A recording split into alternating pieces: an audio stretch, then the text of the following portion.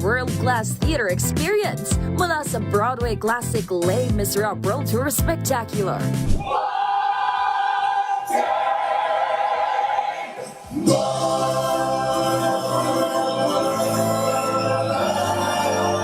At mga dapat abangan sa first ever Manila run ng Charlie and the Chocolate Factory.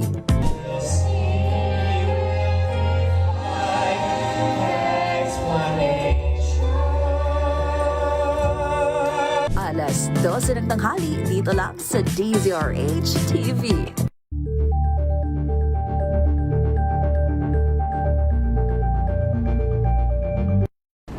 Kung good vibes ang hanap mo, dito ka na sa sigurado! Mula sa mga istoryang nagbibigay ng inspirasyon hanggang sa mga kwentong may dalang solusyon. Mga balitang pampagaan, pakiramdam at pampaganda ng araw. Hindi lang ba sa good news, kundi the better news. Mula Lunes hanggang Biyernes, 1:00 ng tanghali sa DZRH TV.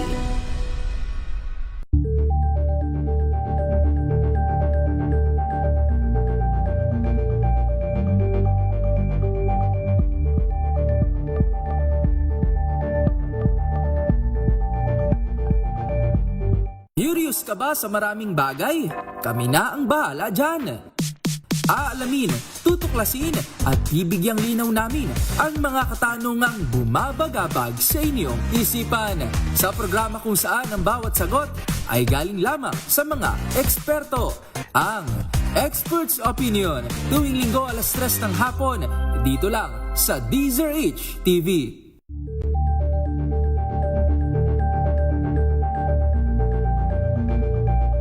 Tambalang Anthony Taberna at Jerry Baha ang gigising sa inyong umaga dahil lalatay ang humahagupit na diskusyon at komentaryo Lunes hanggang Biyernes sa 2x2.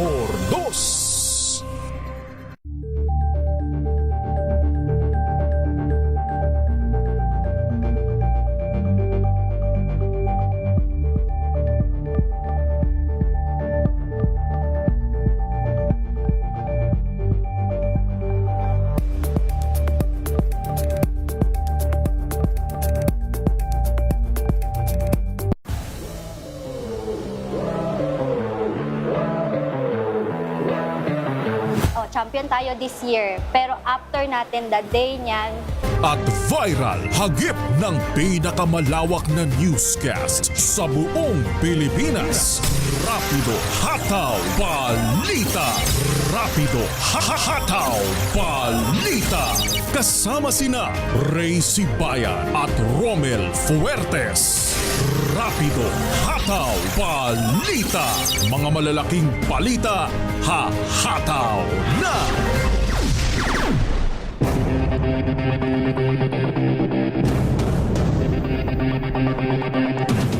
Araw tayo ng Miyerkules, ika-4 sa buwan ng Pebrero. Magandang hapon Luzon, Visayas at Mindanao. Welcome sa inyong programa Rapido Hataw Balita. Sa ngalan nila kay Ray Sibayan, ito ang inyong lingkod, si Romel Fuertes. Para sa DZRH, una sa Pilipinas, una sa Pilipino. Narito ang ating headline sa Bagyong Basyang, napanatili ang lakas, signal number 1, nakataas sa 2 lugar sa Mindanao. 6 din ang mga biktima ng love scam, sinalakay ng PNP Anti-Cybercrime. Chinese vessel sa WPS, nananatiling mataas sa bilang na 48. 5 taong validity ng registration sa mga bagong sasakyan para simulan sa ika-15 ng buwang ito. 2 pulis Makati na sinasabing bumugbog sa PA driver ng aktres na si Rian Ramos, posibleng ipatawag ng NBI. Tax evasion charges laban sa Diskaya couple, namumuro ayon sa Department of Justice.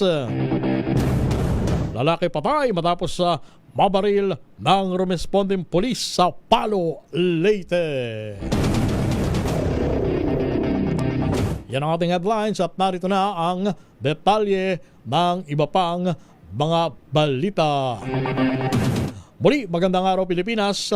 Nakatas na sa signal number 1 ang dalawang lugar sa Mindanao dahil sa bagyong Basyang. Kabilang dito ang Surigao del Sur at eastern portion ng Surigao del Norte. Kasama na ang Siargao, Bukas, Grande Islands. Ayon sa Pag-asa, uling namataan ng bagyo sa layong 735 kilometro mula sa silangan ng Hinatuan, Surigao del Sur. Taglay nito ang lakas ng hangin aabot sa 55 kilometro bawat oras malapit sa sentro at bugsong aabot sa 70 kilometro bawat oras habang kumikilos patimog kanluran sa bilis na 15 kilometro bawat oras. Sa pagtaya ng Pag-asa, posibleng lumakas pa ang bagyong Basyang bilang tropical storm ngayong araw.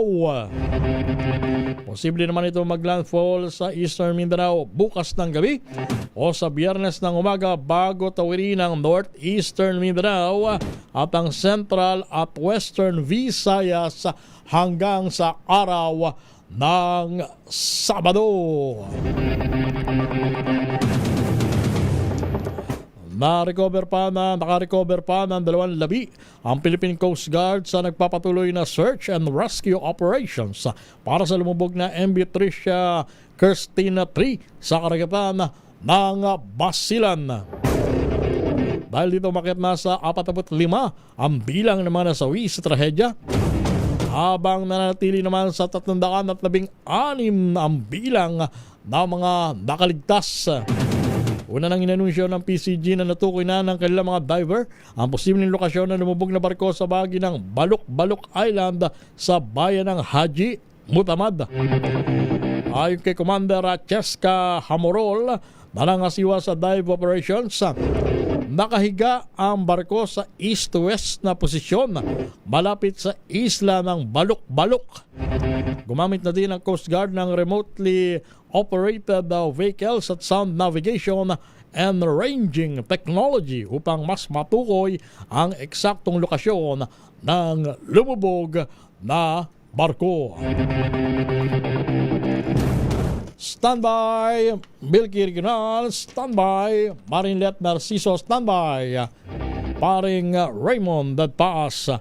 Bakitaan ng Department of Justice ng prima facie evidence or prima facie with a reasonable certainty of conviction o sapat na batayan para magayin ng kasong tax evasion laban sa mag-asawang kontraktor na si Curly at Sarah Vizcaya. Kaugnay ito ng dalawang magkaiwalay na reklamong inihain ng Bureau of Internal Revenue laban sa mag-asawa sa Department of Justice.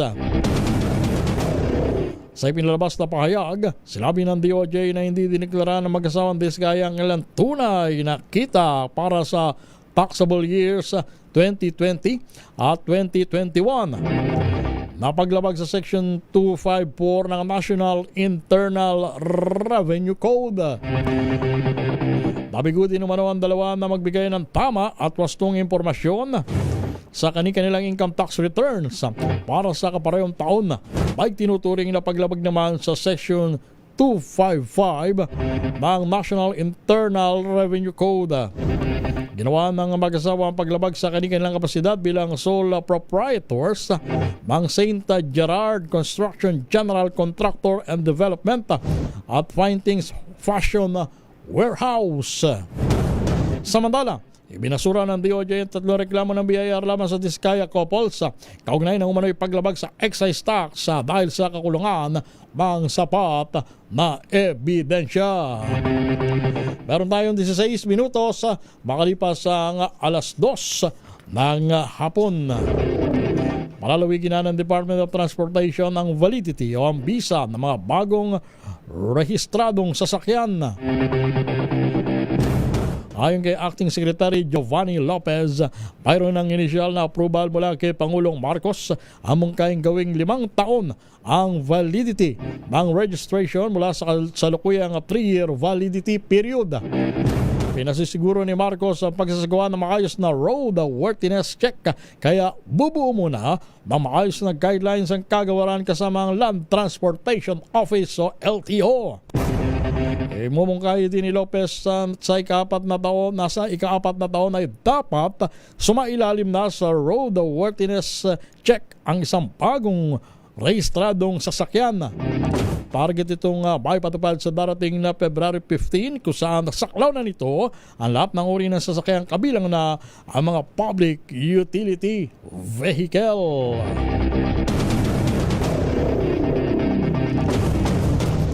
Tatalakayin sa caucus ng mga senador ngayong araw ang partial committee report ng Senate Blue Ribbon Committee tungkol sa mga manumalyang flood control project.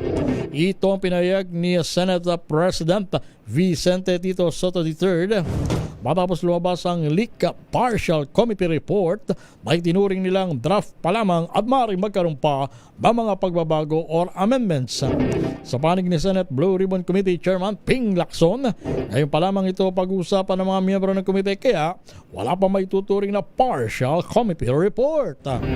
Ngunit kagabi ay lumabas ang sulat kay Senator Lacson ni na Senate Majority Leader Juan Miguel Mig Zubiri, Senator JVR Sito at Senator Sherwin Gatchalian na nagwi-withdraw ng kanilang pirma sa draft committee report na naipresenta sa kanila. Naunawaan naman ng mga ito na maaaring magkaroon pa ng amendments sa committee report kaya't mas gusto ng mga ito na makita muna ang final committee report bago sila lumagda. Sa partial committee report na itinurong nilang draft report, inirekomenda ng Senate Blue Ribbon Committee na kasuhan ng malversation of public funds, direct bribery, paglabag sa anti-graft law at plunder ang ilang mga dati at kasalukuyang senador, congressman at mga opisyal ng DPWH. Samantala, posibleng ipatawag ng National Bureau of Investigation ang 2 pulis Makati na inakusahan ng PA driver ni Rian Ramos ng pambubugbog. Ayon sa NBI, tinutukoy pa lang sa ngayon ang pagkakakilanlan ng 2 pulis matapos hindi matagpuan ng dalawa sa isinagawang walkthrough sa Makati City Police Station kahapon.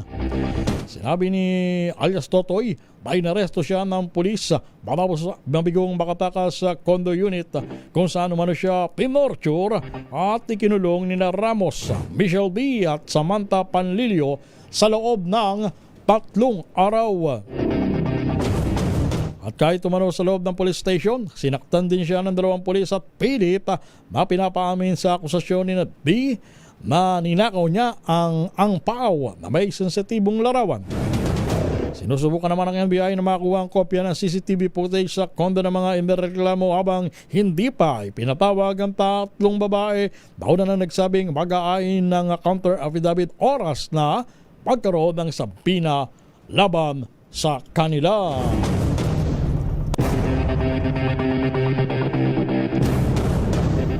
Hindi naman bababa sa 1,000 kabayan ng tinupok ng apoy sa sunog na sumiklab sa barangay Lamion sa Bonggao, Pawi-Pawi. Ayon sa Bonggao MDRRMO, mag-umpisa ang sunog pasado alas 10 ng gabi kagabi at naapula lamang kaninang bandang alas 2 ng madaling araw. Mabilis kumalat ng apoy dahil sa lakas ng hangin at gawa sa light material sa mga kabahayan. Naging pahirapan din ang pag-apula dahil sa pagkasira ng ilang mga footbridge sa lugar. Sa kabila nito, wala namang naitalang nasaktan sa sunog. Pansamantala namang nanunuluyan sa Mindanao State University at Provincial Quarantine Area ang mga naging biktima ng sunog. Patuloy na minanaman ng sandatahang lakas ang 48 sasakyang pandagat ng China sa iba't ibang bahagi ng West Philippine Sea. Bumaba naman ang bahagya mula sa 50 nakalipas na linggo. Kapansin-pansin pa rin na halos dumoble ito sa average 25 Chinese vessels kada buwan. Partikular na namonitor ang People's Liberation Army at China Coast Guard sa mga key areas sa Pag-asa Island, Baho de Masinloc, Escoda Shoal at sa Ayungin Shoal hanggang nitong February 2. Una nang sinabi ni AFP spokesperson for WPS Rear Admiral Roy Vincent Trinidad na may integration na nangyayari sa maritime forces ng Beijing at ramdam ito hanggang sa exclusive economic zone ng Pilipinas. Sa oras na 22 minutos, makalipas ang alas 2 ng hapon, labas tayo ng ating impilan. MMDA patuloy ang pag-eksperimento para makahanap ng epektibong solusyon laban sa matinding trapiko sa Metro Manila ayon kay GM Torre. Report mula kay RH number 14, Let Narciso. Marilet.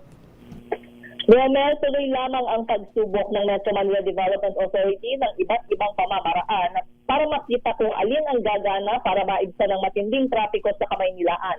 Sa Bagong Pilipinas ngayon, sinabi ni MMDA General Manager Nicolas Torre III na sa ngayon kasi ay masasabing overloading na ng 45 to 50% ang mga sasakyang dumaraan sa kahabaan ng EDSA. Ayon kay Torre, batay sa kanilang record ay umakyat na sa 450,000 ang mga sasakyang na average na bilang kada araw na dumaraan sa EDSA. Mula ito sa kapasidad lamang na 250,000 hanggang 300,000 na mga sasakyan. Ito ang dahilan kaya panay ang pagbisita nila o pag-i-inspeksyon sa EDSA. Naglalabas ng mga advisory at nagpapatupad ng counting adjustment sa traffic management at traffic engineering system para makatulong na mapaluwag ang daloy ng trapiko sa araw-araw. Una ng tiniyak ng Malacanang na tinutugunan ng pamahalaan ng issue sa traffic, kasunod ng TomTom Traffic Index Report na nagsabing ang Pilipinas ang most congested sa una sa Pilipinas, una sa Pilipino. Pagdinig ng House Committee on Justice sa impeachment complaint laban kay Pangulong Marcos Jr. magpapatuloy. Botohan kung ito ay sufficient in substance pagpapasyahan ngayong araw. Update mula sa Kamara, RH number 12, Manang Milky Regunan. Manang Milky. Romel, budget insertions and kickbacks ang tinatalakay na ngayon ng House Justice Committee para pagpasahan ng sufficiency in substance sa second impeachment complaint laban kay Pangulong Bongbong Marcos. Sa kanyang manifestation, nilinaw ni Representative Sel Jokno ng Akbayan Party List na pagtitibay ang bintang sa issue ng budget insertions at kickbacks kung babalik ng bansa si dati ako Bicol Party List Representative El Zaldico. Ang kay Jokno, mahigpit na kondisyon na dapat panumpaan ang alegasyon at hindi pwedeng pagbatayan ang mga bintang lang. Paliwanag ni Jokno, mahalagang patotohanan ni Cook ang mga alegasyon kay Pangulong Marcos sa usapin ng kickbacks at budget insertions para sa ay ma-cross-examine ng komite. Anya, seryosong alegasyon ng katiwalian sa pondo ng bayan kaya kailangan ng Justice Committee ang matibay na ebidensya na direktang magtuturo sa Pangulo na sangkot sa paglustay sa pondo ng bayan. Narito ang manifestation ni Akbayan Party List Representative Sel Jokno sa hearing ng House Justice Committee sa impeachment complaint laban kay Pangulong Bongbong Marcos. Deliberation on the second offense. We will now proceed to the third offense. Please allow the chair to read. Third act of betrayal of public trust. Direct personal involvement in budgetary insertions and kickback schemes. We are now eliciting the opinions and comments of the members of the Justice Committee. Madam Chair, may I The be Honorable Dean recognized? Jokno. The third charge in the Massa et al. Complaint, Madam Chair, alleges that President Marcos betrayed the public trust by personally and directly ordering the insertion of at least 100 billion pesos worth of anomalous flood control projects and other infrastructure projects into the 2025 GAA, and also receiving kickbacks from these projects. Ibig po sabihin ng involved po dito ang mismong direktang pagkakasangkot kay Pangulong Marcos. To support this charge, the complaint alleges that the quote-unquote Saldico confession confirmed the President's personal and direct involvement. At this stage, Madam Chair, we are not yet looking into the truth of these allegations, but rather, under the threshold requirement, we simply assume that these allegations are true for the purpose of determining whether the complaint is sufficient in substance. And I respectfully submit that given that standard, that these allegations are assumed to be true, the complaint, insofar as the third ground is concerned, does satisfy the threshold standard of sufficiency in substance. Ako po ay naniniwala na dapat humarap si Saldico dito po sa atin para malaman na ma-cross-examine ng mga members ng komite at mahusgahan siya, hindi lang ng mga mambabatas, kundi ng sambayan ng Pilipino. Kung talagang totoo ang sinasabi niya o may laman ang sinasabi niya. I respectfully submit, Madam Chair, that we should proceed to the next stage of the proceedings, at least insofar as this ground is concerned. Ang naging manifestation ni Akbayan, Party List Representative Sel Ocno, sa hearing ng House Justice Committee. Sa issue ng insertions and kickbacks na sa impeachment complaint, ang 100 billion pesos na halaga para sa flood control projects at ilan pang pondo na kinikwestiyon sa ilalim ng 2023, 2024 at 2075 national budget. Ako si Nuke Reguna Naguna para sa DCRH, una sa Pilipinas, una sa Pilipino. Maraming salamat, tama ng Milky Regunan. Dako naman tayo sa Senado. Rekomendasyon na kasuhan ang mga kasamang senador tungkol sa flood control anomaly. Pinanindigan ni Senador Ping Lacson na naroon nating kasamang si RH number 28, Paring Raymond Dataas. Paring Raymond. Paring Romel, pinanindigan ni paninindigan ni Senador Panfilo Ping Lacson bilang chairman ng Senate Blue Ribbon Committee ang rekomendasyon na kasuhan ang mga kasamahang senador sa maanomalyang flood control project. Ayon kay Lacson, ang kanilang rekomendasyon ay naayon sa mga nangyayari ngayon sa ibang investigating agencies. Kung maiiba ang kanilang report sa resulta ng investigasyon sa ibang ahensya, ay doon magkakaproblema. Sa katunayan ay ilan sa kanila ay meron ng warrant of arrest. Aminado itong ang mga staff na ang naghanda sa report sa guidance ni dating Ombudsman for Luzon, Gerard Mosquera, ngunit siya ang may responsibilidad sa lahat. Sabi ni Lacson, kung hindi siya makakuha ng 11 lagda sa partial committee report, ay wala siyang may susumiting report sa Senate plenary. Narito si Senador Ping Lacson. Papanindigan ko yun. No, while the committee report or the draft committee report was prepared by my staff under the guidance of the General Counsel, Attorney Gerard Mosquera, who used to be Deputy Ombudsman for Luzon and dating special, very competent.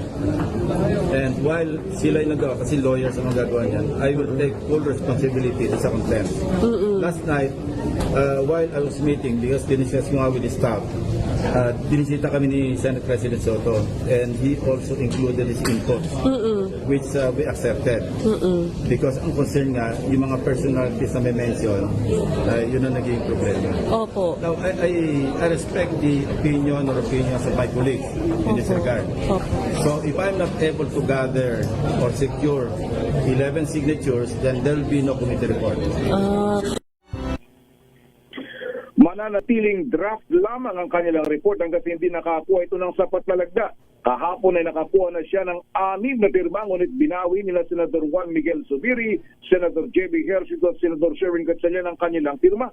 Sabi ni Lacson, naintindihan niya ang mga ito dahil napaka-komplikado ang sitwasyon, lalo na ang mga pangalan na nabanggit na makasuhan.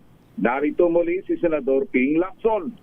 It will remain as a draft unless signed by at least 11 in this case, kasi ang membership ng Blue Ribbon 17. Opo.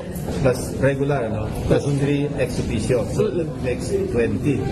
So majority nito is 11 with ang required signatories at least to make it an official committee report that can be reported out for deliberation. So yesterday, I was able to gather 6 signatures. Opo. Kulang. And 3 eventually withdrew. Kasi na-realize nila, I cannot blame them because of the complexity, Opo. and the sensitivity of issues involved, including personalities, Kasi yung iba nabasa rin nila. So they really want to go into the motion of reading and understanding before they affix their signature. Alas 2 kanina ay nagsimula ang caucus ng majority upang pag-usapan ang partial committee report ng Senate Blue Ribbon Committee. Ito si RH28 Raymond Advance para sa DZRH, una sa Pilipinas, una sa Pilipinas.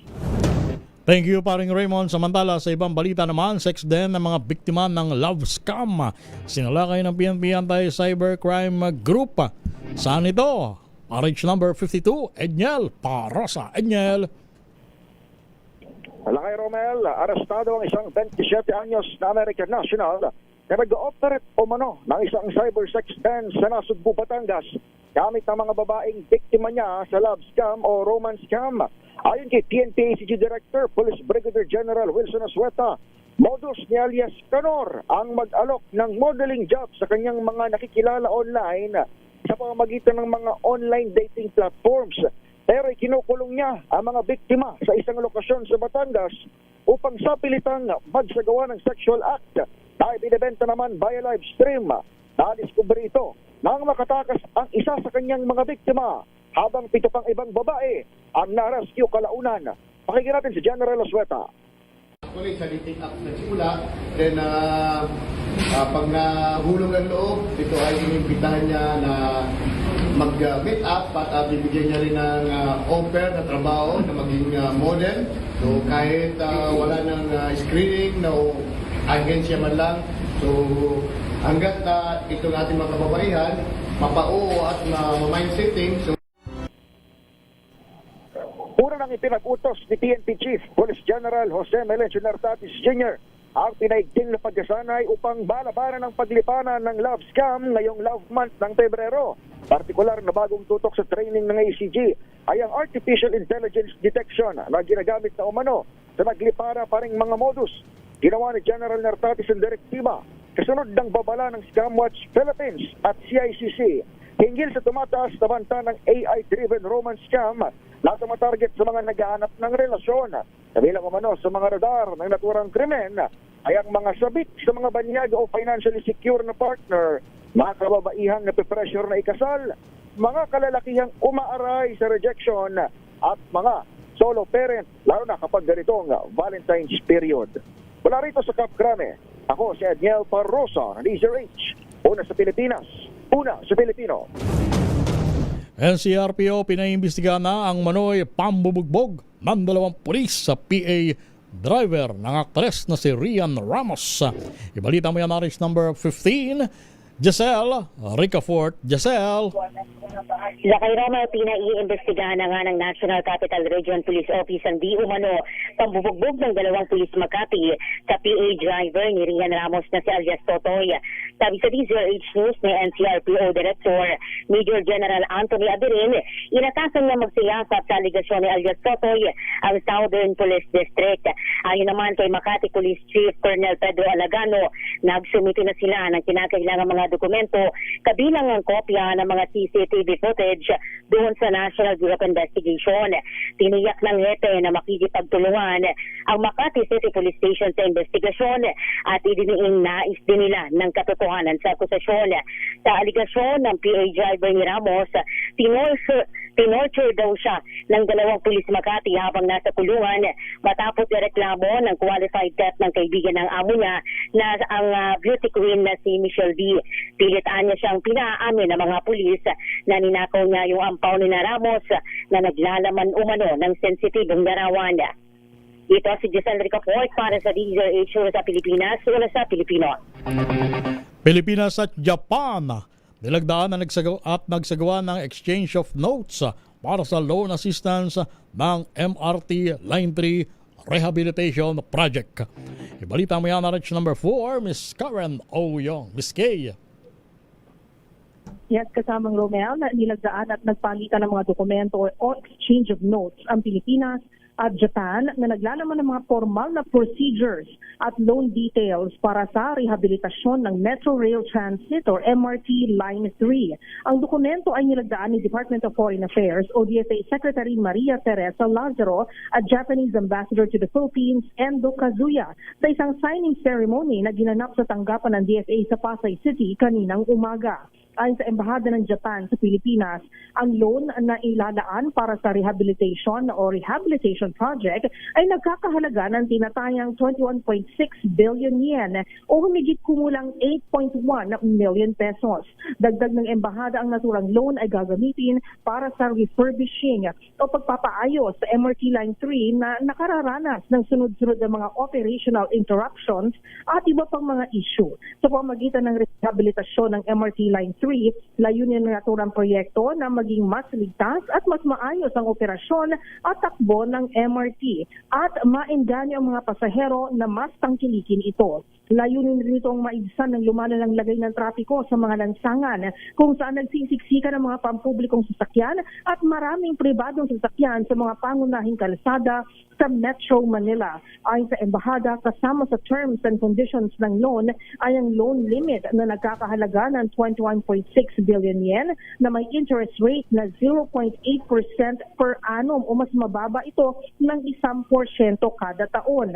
Ang repayment period naman ay tatagal ng 40 o 40 years kasama na ang 10 taon na grace period.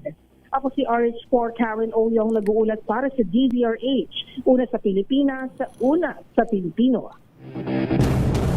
At sa Sandigan Bayan, Oriental Mindoro Governor, pinatunayan sa Anti-Graft Court ang pagiging substandard ng road dike project na itinayo ng SunWest Corporation sa bayan ng Nauhan.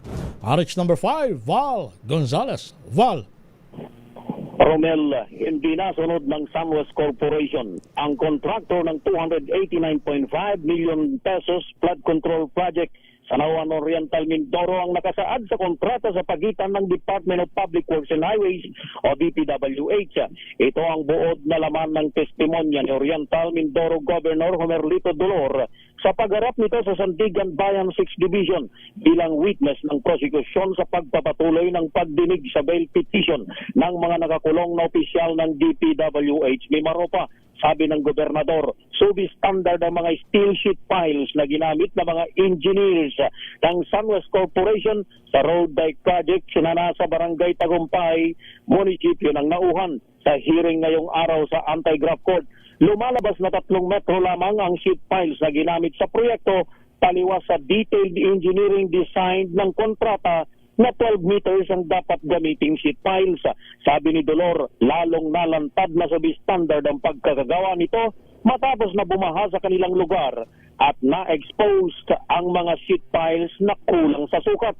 Ang pahayag ni Governor Dolor ay tugma sa nakaraang testimonya ng 2 huling mga testigo ng prosekusyon kabilang na ang CAWA Technical Auditor na si Engineer Raimundo Manalo at Chairman ng Barangay Tagumpay na si Kapitan Nestor Alegria Asi. Ang 2.8 kilometers na road dike project sa Mindoro Oriental ay isa lamang sa mga flood control projects na nakopo ng SunWest Corporation na iniuugnay sa nagtatago pa rin si dating ako Bicol Party List Congressman Zaldico. Bukod sa siyam na nakakulong na matataas na opisyales ng DPWH ni Maropa, kasama si Zaldico at mga opisyales ng SunWest Corporation sa mga sinampahan ng ombudsman ng patong-patong na mga kasong graft at malversation sa Sandigan Bayan. Ako si Val Gonzalez, DZRH, una sa Pilipinas, una sa Pilipino. 20 minutos bago sumapit ang alas 3 ng hapon. Standby Noche Kaka, standby Edwin Duque. Pilipinas itinuturing na pinakamalaking tourism economy sa ASEAN. Sino nagsabi niyan? RH number 29, Boy Gonzalez. Boy! Inihayag ni Department of Tourism Secretary Cristina Frasco na ang Pilipinas sa kasalukuyang pinakamalaking tourism economy sa ASEAN batay sa pinakahuling Economic Impact Report ng World Travel and Tourism Council. Sa kapihan sa Manila Day, sinabi ng kalina pinakamalaking contribution ng turismo sa gross domestic product at local na employment ang naitala sa bansa. Lumalabas sa datos na ang bilang ng mga Pilipino nagkaroon ng trabaho sa sektor ay katumbas ng 23% ng kabuuang national employment. Bagamat gumaganda ang lagay ng turismo, sinabi ni Frasco na hindi pa matiyak kung ano ang magiging resulta ngayong taon dahil sa mga posibleng pagbabago at hamon ng industriya. Binahagi rin ni Prasco na noong 2025 nakapagtala ang Pilipinas ng 6.4 million turista, mas mababa sa 8 million bilang bago tumama ang pandemya. Sa isyu naman ng kumalat na tarpaulin na may larawan ni Prasco, ipinaalam ng kalib na ipinatigil na ang paglalagay ng anumang materials na may kanyang muka at inutusan ang lahat ng regional offices at LGUs na tanggalin ang mga nauna nang nakabit na tarpaulin. Ito si Boy Gonzales para sa News una sa Pilipinas, una sa Pilipino. Suspect sa pagpatay sa isang tricycle driver arestado sa Dasmariñas City sa Cavite. Report mula kay RH number 27, Mr. Noche. Kakas, Mr. Noche. Romel, naharap sa kasong murder ang isang painter matapos sa pagbabarili ng isang tricycle driver sa Puroka, Sampaguita, Barangay Dato Ismael, Dasmariñas City, lalawigan ng Cavite. Ang suspect na si alias Moises ay residente ng sanitary compound Barangay Santa Lucia ng nabanggit na siyudad. Nabatid na pinagbabaril ni alias Moises ang tricycle driver na si alias Ricky habang ito ay naglalakad sa lugar. Biglang dumating ang suspect, bumunot ng baril at pinutukan ng di pa batid na kalibre ng baril sa ulo ang biktima. Agad dinala ng pamilya ang biktima sa moske ng Dato Ismael. Habang sa follow-up operation, positibong itinuro ng witness ang suspect na may kagagawan sa krimen. Hindi pa tukoy ng pulisya ang motibo ng pagpatay. Alit sa 27, at ka sa DZRH, una sa Pilipinas, una sa Pilipino. Grand Bazaar at Caloocan People's Park binuksan ngayong araw. Edwin Duque sa detalye. Edwin. Bilang bahagi ng pagdiriwang ng isa 64 taong anibersaryo ng lungsod na kalulugan sa bukong ngayong araw. Ang Grand Bazaar kung saan marapit ang tayo dito at kapar na protekto ang maaaring mabili sa lapis mo ng City Hall ngayong araw. Isang na pinagsan ang Grand Bazaar kapag at yung pinaka-sentro. Edwin. Hapon. Pakiayos mo nga yung signal mo, Edwin, please. Sige, go ahead, Edwin. Bilang bahagi ng pagdiriwang ng isa 64 years anniversary ng lungsod ng Caloocan Romel ay muling nagbukas ng Grand Bazaar. Kung saan ay maraming pagkain dito, mga gawang produktong iba't pagkain sa lugar na maaaring mabili dito sa harap ng Grand o dito sa harap ng City Hall ng Caloocan. Itong pagbubukas ng Grand Bazaar ay pinakasentro ngayong alas 4 pa rin ng hapon.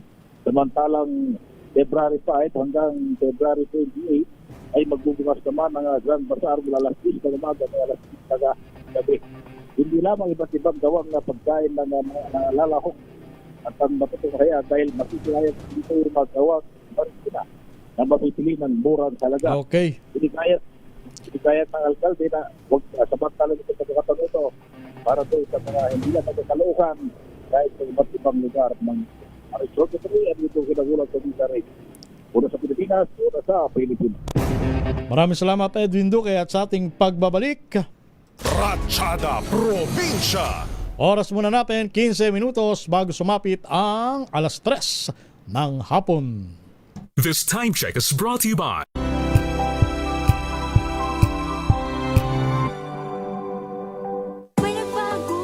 May arte?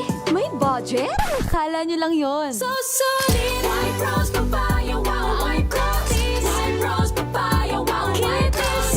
White Rose Papaya! May glow up with White Rose Papaya! White Rose Papaya. May puti power times 2 kasi may papaya at niacinamide. May shea butter and tea tree oil pa. Kutis sulit ang glow up. Glow up with White Rose Papaya! White Rose Papaya. Kutis sulit ang glow up. ACS.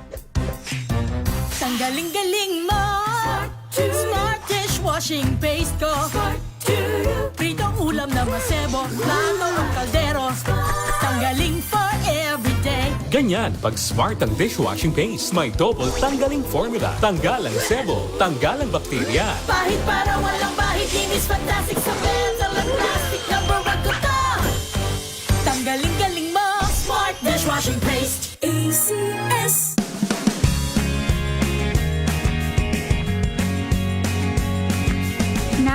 unboxing MX3 coffee. Each box has 10 sachets of low-acid and sugar-free coffee. You can have it hot or cold. Bring it with you anytime, anywhere. Shop Shopee and in leading drugstores nationwide. Wow, ang saya. Isang barangay na labada, puro mancha pa. Goodbye, pahinga. Mommy, isang laba lang yan sa Pride Bar Blue.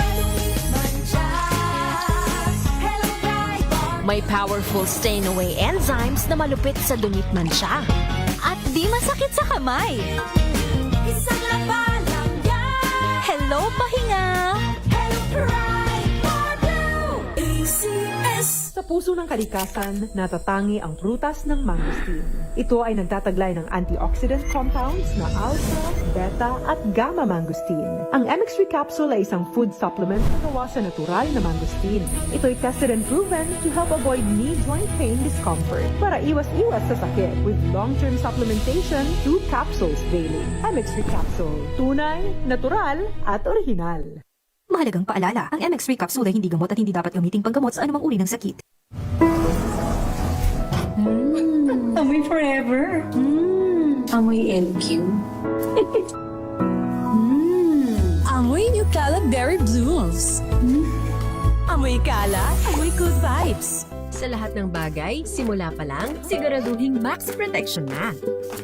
Kasi pag kulang ang proteksyon, baka madaling masira. Sa ngipin, dapat may max protection din. Max Alaga ng Unique Toothpaste. With Max Protect Formula. Help stop cavities before they start, while keeping breath fresh. Try Unique Maximum Fluoride Protection. Para Max Alaga, Max Protektado.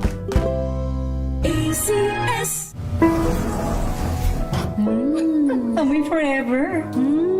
Amoy LQ. Amoy New Caleb Berry Blooms. Amoy kala, amoy good vibes. Tinesting, sinuri, siniyasan. Ang resulta? Super effective ang Shield sa pagpatay ng bakterya at virus. Shield Antibacterial Soap. Believe ang mga eksperto sa Philippine Nurses Association. At si Mami. Tiwala ako sa Shield. Shield Antibacterial Soap. Napatunayang mabisa. Ang mga nurse, tiwala. ACS. Amoy forever. Amoy LQ. Amoy New Caleb Berry Blooms. Amoy kala, amoy good vibes.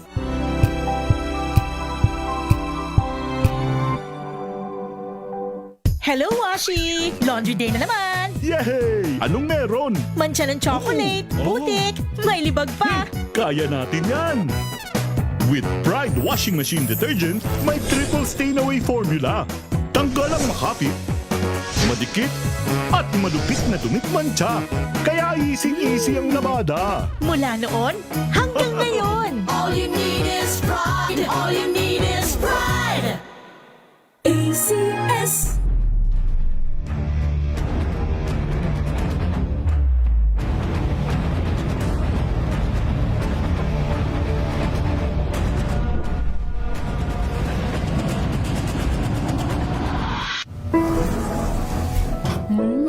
Amoy forever. Amoy LQ. Amoy New Caleb Berry Blooms. Amoy kala, amoy good vibes.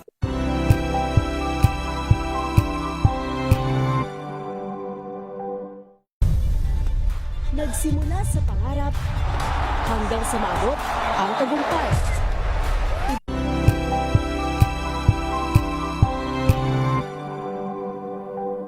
Sinisiguro kong tama ang aking choices. Tamang pagkain, lifestyle, at ang partner ko, MX3 Capsule. Gawa ito sa ISO at GMP certified na planta. Tested and proven na may alpha, beta at gamma mangosteen. Helps avoid knee joint pain discomfort. Iwas-iwas sa sakit. Kailangan lang na long-term ang pag-inom. 2 capsules araw-araw. MX3, dito ako believe. Mahalagang paalala, ang MX3 capsule ay hindi gamot at hindi dapat gamiting panggamot sa anumang uri ng sakit. Amoy forever. Amoy LQ. Amoy New Cala Berry Blooms. Amoy Cala, amoy good vibes. MBC Milliones! MBC Milliones! Mamimigay na naman kami dito sa MBC ng 1 million pesos! Sa isang malinis na papel, ilagay ang iyong name, age, address, phone number at pirmahan. Ipasok sa loob ng isang white legal-sized envelope. Kalakip ang alinman sa mga required proof of purchase o POP.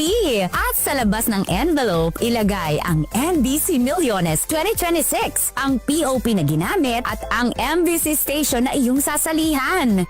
Ihulog ang iyong entry sa mga drop boxes na matatagpuan sa MBC station sa inyong lugar. DZRH, Love Radio, Yes FM, Easy Rock, Aksyon Radio. Pagkakataon na manalo ng hanggang 1 million pesos sa Grand Draw at libo-libo pa in cash prizes sa 10 weekly draws sa mga MBC stations nationwide. Dito sa MBC Milliones 2026. Sali na! MBC Milliones is brought to you by Pride Detergent, Smart Dishwashing, Shield Bath Soap, Unique Toothpaste, White Rose, Charm Fabcon, Star Wax Floor Wax, San Miguel Pale Pilsen. See posters or visit our Facebook page for more details. Promo period is from January 10 to March 27, 2026. DTI Fair Trade Permit number FTEB 244864, series of 2025. Drink responsibly. Amoy forever. Amoy LQ. Amoy New Cala Berry Blooms. Amoy Cala, amoy good vibes. Amoy forever. Amoy LQ. Amoy New Cala Berry Blooms. Amoy Cala, amoy good vibes.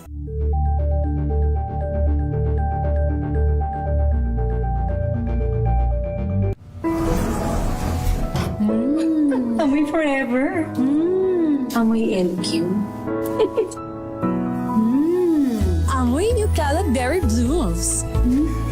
Amoy Cala, amoy good vibes.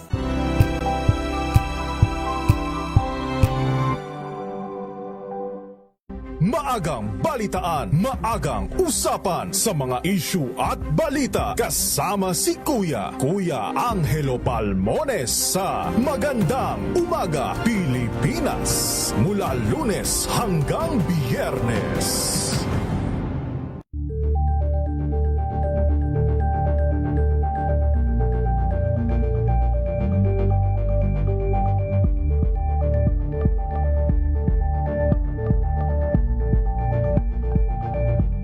This Saturday on Scene Zone, hashtag World Class Theater Experience mula sa Broadway classic Les Miserables World Tour Spectacular.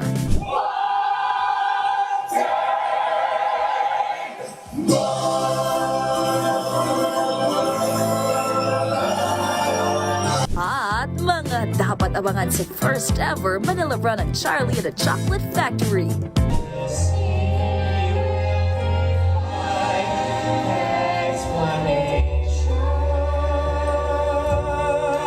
Alas 12 ng tanghali dito lang sa DZRH TV.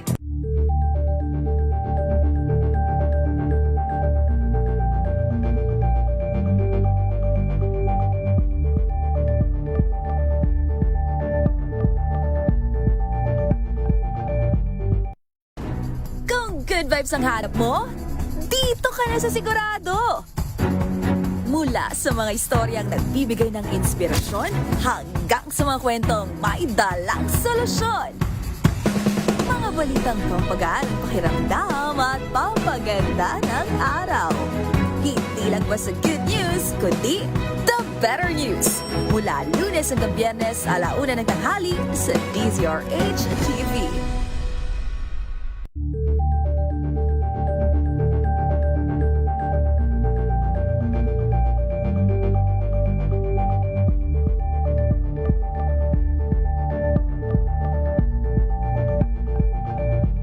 Curious ka ba sa maraming bagay?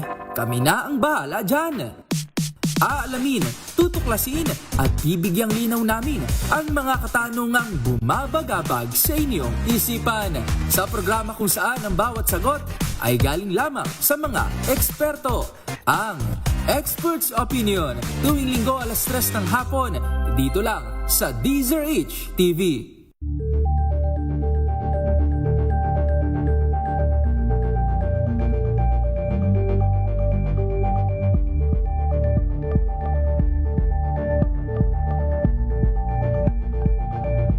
Tambalang Anthony Taberna at Jerry Baha ang gigising sa inyong umaga dahil lalatay ang humahagupit na diskusyon at komentaryo Lunes hanggang Biyernes sa 2x2.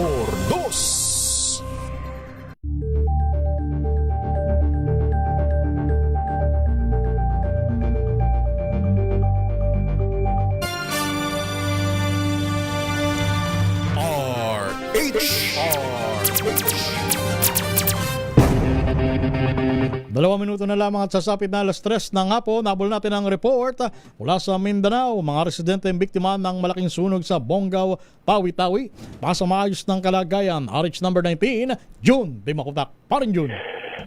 Parang Romel, ongoing ang bayanihan ng iba't ibang ahensya na pamahalaan sa Bonggao, Tawi-Tawi upang mabigyang paunang tulong ang mga kapatid nating Badyaw na biktima ng malawakang sunog kagabi sa Barangay Lamion, Bonggao, Tawi-Tawi. Sa initial report ng PDRMO Tawi-Tawi at Bonggao Central Fire Station, estimated sa more or less 1,000 kababayan o kabahayan ang natupok at more or less 1,000 families ang apektado ng naturang sunog na nagsimula pasado 10:00 kagabi at tineklarang fire out kaninang pasado 2:00 sa madaling araw. Kaugnay ito, nagpatupad agad ng 20 pesos per kilo rice program ang National Food Authority at nagbayanihan na ang Philippine Air Force, Philippine Marines, Philippine Army, Philippine Coast Guard, Philippine Army Reservists at MAPAR led by Ms. Hadsra Matba sa pag-haul, repacking at distribution ng bigas sa halagang 20 pesos per kilo. Nakipag-ugnayan na rin si BARM Chief Minister kay Tawi-Tawi Governor Ismael Mang Sali at sa kanyang letter of sympathy, inatasan na ni BARM Chief Minister Abdul Rauf Makakwa ang pamunuan ng BARM Ready at Project Tabang na kagabi pa ay nakipag-coordinate na sa Bonggao LGU at Tawi-Tawi Provincial Office para sa dadaling tulong. Sa ating pakipag-ugnayan sa MILG Bonggao ngayong umaga, labis ang pasasalamat nila sa mga tumulong na civilian bangkas at mga speedboat mula sa LGU Bonggao na naglika sa mga na-trap na mga residente sa magitan ng sea evacuation. Mula sa makulimlim na panahon sa Central Mindanao, RH19, June Dimakutak, DZRH, una sa Pilipinas, una sa Pilipino. Bago tayo matapos ng ating programa, papasukin muna natin ang isang Flash Report. Flash Report!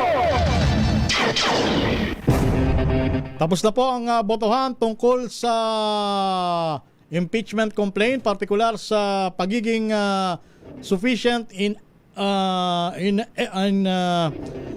sufficient in substance. Ayun, mga impeachment complaint laban kay Pangulong Marcos. Ano ang resulta? Manang Milky, Regunan, Manang Milky.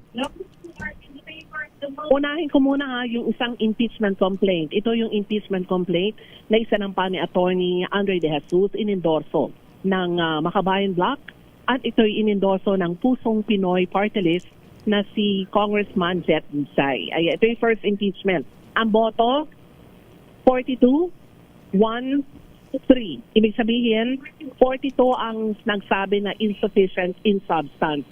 Isa ang nag-abstain o isa ang negative at 3 ang nag-abstain. Yung 3 ay yung Makabayan Bloc.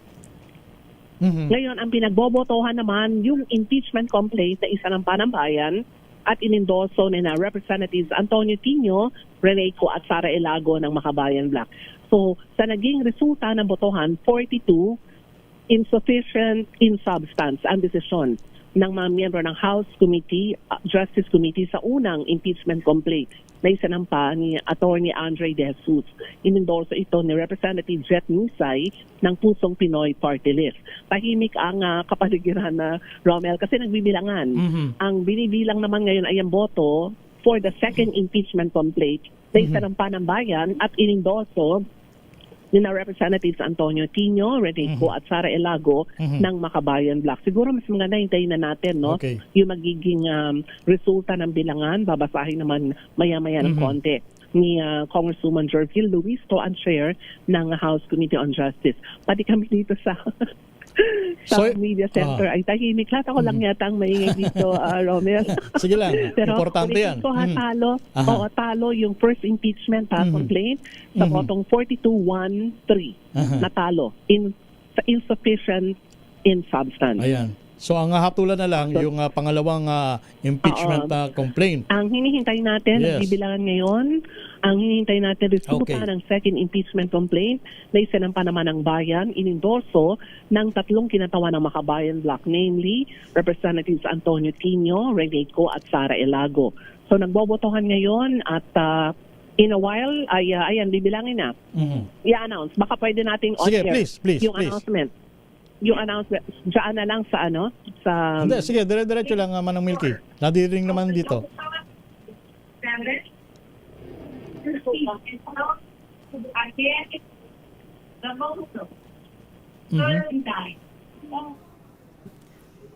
With vote in favor of the motion, 7, and those against the motion, 39, with 0 abstention. The chair declares the Masa et al. Impeachment complaint insufficient in substance. Romel. Ayan. Romel. Yes. Yeah, malinaw. Talo rin. Malinaw. Talo rin yung second impeachment complaint na isinampa ng bayan at inendorso ng Makabayan Block. Ulitin ko yung count. 7 ang nagsasabing sufficient in substance. 39 ang nagsabing insufficient in substance.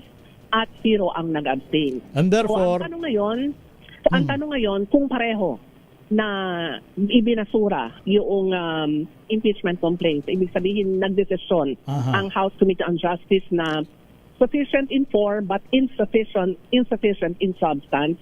Ang sabi dito ni Congresswoman Jervil Luistro ay i-terminate na nila. Moot and academic, in other words. Oo, i-terminate nila ang hearing na House Committee on Justice, pero gagawa sila ng committee report at iaakyat nila ito sa plenaryo para mapag-alaman at maaprubahan formally ng liderato ng Kamara. So ulitin ko, patay na ang dalawang impeachment complaints laban kay Pangulong Bongbong Marcos dito sa Kamara. Ulitin ko lang ang botohan kanina. Please. 42-1-3. 42 ang nagsabing insufficient dun sa first impeachment complaint. 1 ang nagsabing sufficient at 3 ang nag-abstain. Ito yung Makabayan Block. Ito yung sa first impeachment complaint na isinampa ni Atty. Andre De Jesus at inendorso ni Representative Jet Lisay ng Pusong Pinoy Party List. Wala na rin, ibinasura na rin ang second impeachment complaint na isinampa ng bayan at inendorso ni Representatives Antonio Tino, Reneco at Sara Elago ng Makabayan Block.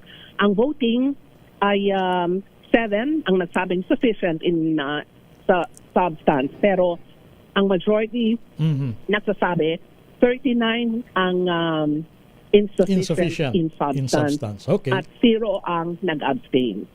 So yan, ang naging botohan Romel, resulta ng investigasyon ng House Committee on Justice. Ibig sabihin na pagdesisyonan na kulang sa substansya ang mga alegasyon para mapatalsik sa kanyang tungkulin si Pangulong Bongbong Marcos through an impeachment process.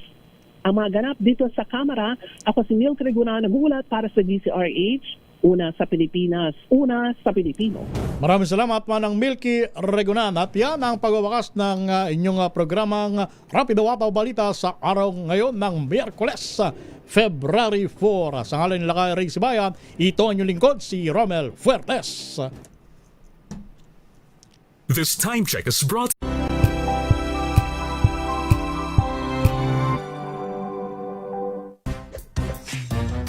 Galing-galing mo, Smart Dishwashing Paste ko. Pritong ulam na masebo, plato o kaldero.